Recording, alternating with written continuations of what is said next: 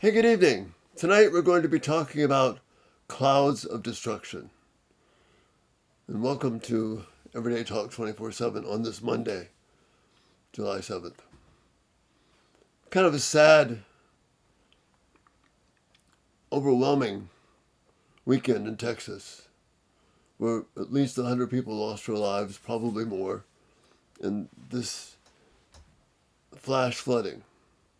Even though there were some warnings and that sort of thing, the devastation of a flood like this, probably a 1 in 100 year event, we're not prepared for it.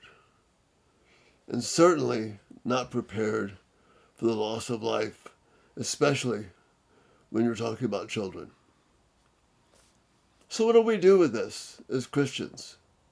How do we handle these issues of how does a good God in heaven kind of sit back and allow this to happen, or even more direct, cause it to happen? Or is he helpless to stop something like this? See, the Bible is very straightforward about this. And that's the message I have tonight. In some ways, it's a very hard message. But there's no sense trying to cover for God. There's no sense trying to make things easier in terms of what God does or doesn't do. All we have is His Word. And that's the one thing that we can trust. But I want to take a step back here and think about, before we actually get into these clouds of destruction, many of these lives were young. And we can look at it and say they were cut short. And yes, from our expectation they are, but not from God's expectation. Remember, Psalm 139 very clearly says, all these days that we have are written down in God's book before one of them came to be. That was a passage that brought great comfort to our family and to my wife Ruth when she was sick, dying of cancer. Jesus tells us in the Gospels that you can labor and struggle and all the rest of it, but you cannot add even 1 hour to your life.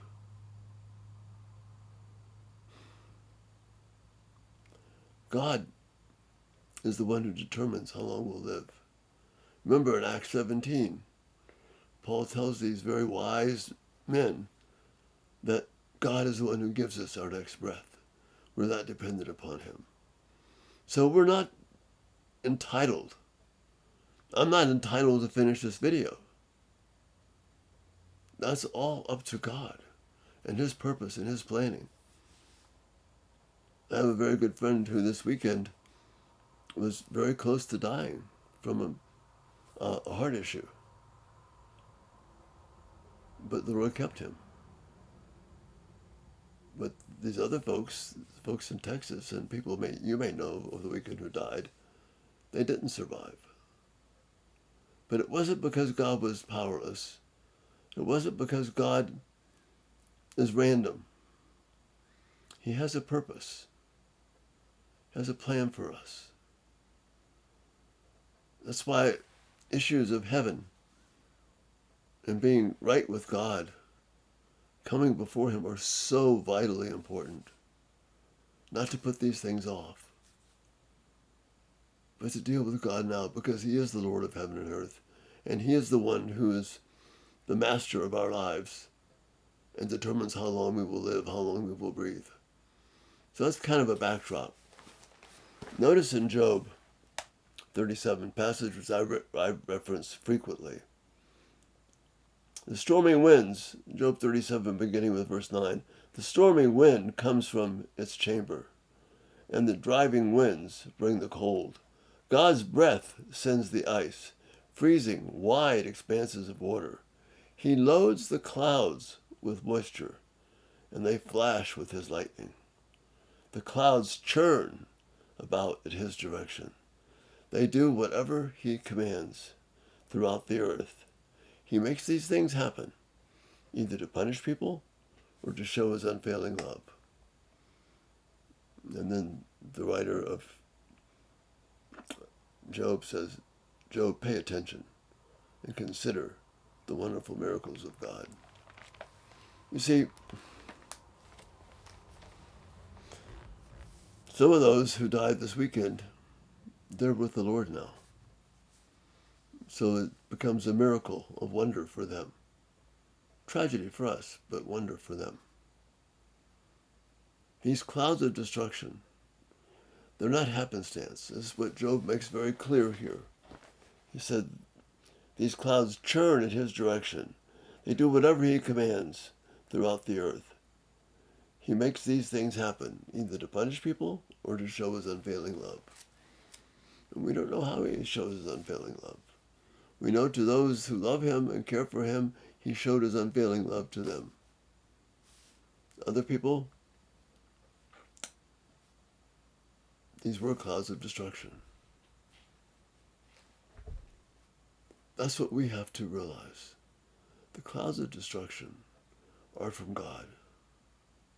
These same clouds, what Job tells us, bring life, life-giving water, and they water the crops and they nourish us. But these same clouds can bring these torrential downfalls, the tornadoes, the hurricanes. These things that remind us we're not here on our time. We're not entitled to our next breath. We're not entitled to dominate life according to our wishes and plans. No, God already has these things set and determined. He tells us he's a good and gracious and faithful God, a kind God, a merciful God. And if we're going to trust his word, then we look at what happened this last weekend in Texas. As tragic and horrific as it is, we can see through that, through the clouds, through the rain, through the tears, that God is still a merciful God. He's still a gracious God. And these things all fit into that from God's perspective. But that's our hope. We're not entitled for life to be the way we want it to be. And that's a good thing, because if life was the way I wanted it to be, the Lord's mercy on all the rest of us. Faith is believing in things that we cannot see. And we cannot see always God's faithful, merciful plan and his providence, but it's there. So we fix our eyes on what is not seen. Because if all we look is at the scene, we become devastated of events that just happened this weekend. And sadly, others that are yet to come. But if we look at this from the perspective that God is reminding us, telling us that he's being faithful, that he's the one that we need to give account to, and that he will care for us, and that he's caring for the people this weekend. He was faithful and just and loving. Why? Because he says he is. He is our faithful shepherd, and he was the faithful shepherd to everyone in Texas this last weekend. And that's our hope. These clouds of destruction, they remind us of the power, but the faithfulness of God. I love your thoughts and feedback. I know it's a hard subject, but I'd love to hear your thoughts. Thank you so much for being here, and Lord willing, we'll see you tomorrow. Bye-bye.